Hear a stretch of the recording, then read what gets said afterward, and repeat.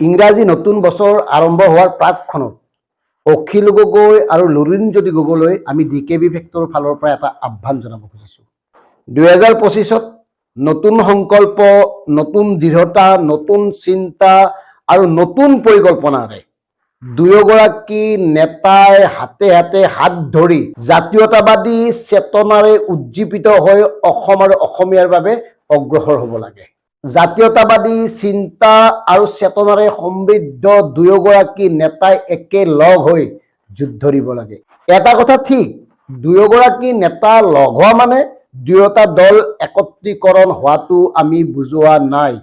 দুয়োটা দলে একেখন মঞ্চত থিয় হৈ সন্মিলিতভাৱে যুঁজাৰ কথাই কৈছোঁ। শেহতীয়াভাৱে দুয়োটা দলৰ একত্ৰীকৰণৰ নামত যি ধৰণে বিতৰ্ক এটাৰ সৃষ্টি হৈছে, এইটো অনাহুত বিতৰ্ক আৰু এই বিতৰ্কটো কৰোৱা হৈছে।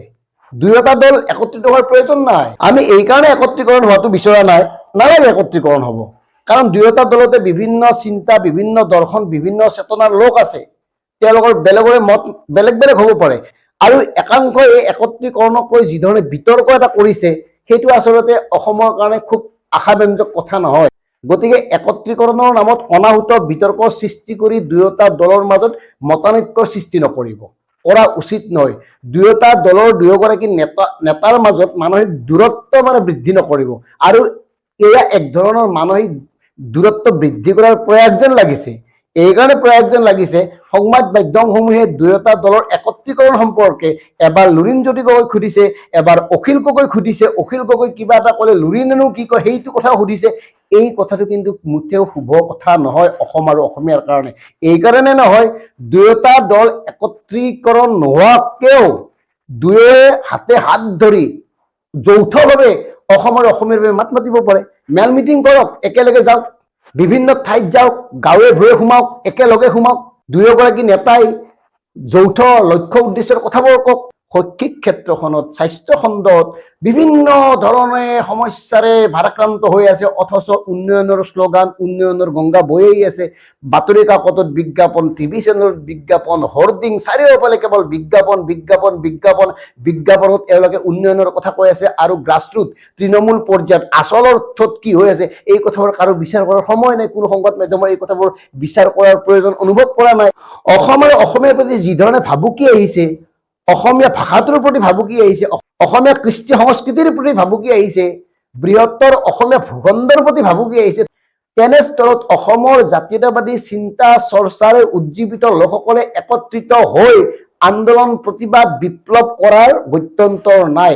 এইকাৰণে নাই বুলি কৈছোঁ, প্ৰত্যেকেই যদি এখন মঞ্চত থিয় হয় অসম আৰু অসমীয়াৰ হৈ মাত নামাতে, তেতিয়াহ'লে এওঁলোক মানে বিজেপিয়ে হওক বা কংগ্ৰেছে হওক সুবিধাটো ল'ব আৰু এই সুবিধাটো ইমান বছৰ এওঁলোকে লৈ আহি আছে বাবেই অসমৰ আজি এই অৱস্থা।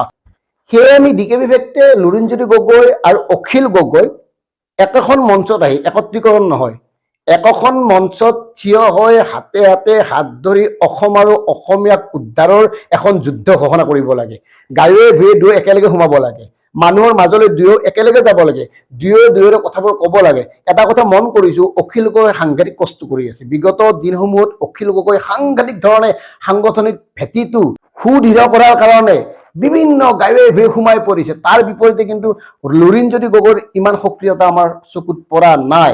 দুয়োৰে কিছুমান নিজস্ব গুণ আছে, যিবোৰ গুণক আমি অস্বীকাৰ কৰিব নোৱাৰোঁ।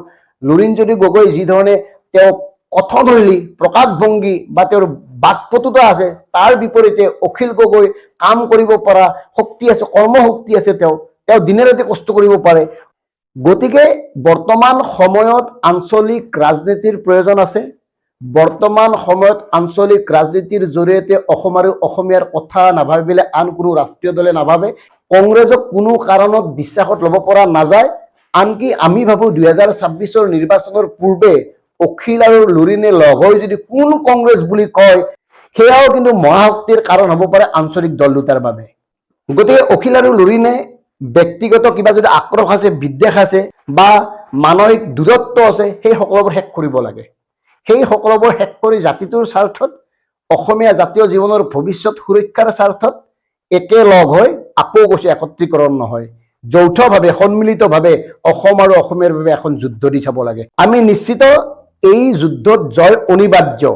কঠিনতা কিন্তু আছে, যথেষ্ট কঠিনতা আছে, যথেষ্ট প্ৰত্যাহ্বান আছে, সংগ্ৰাম আছে, সংঘাত যথেষ্ট পৰিমাণৰ আহিব।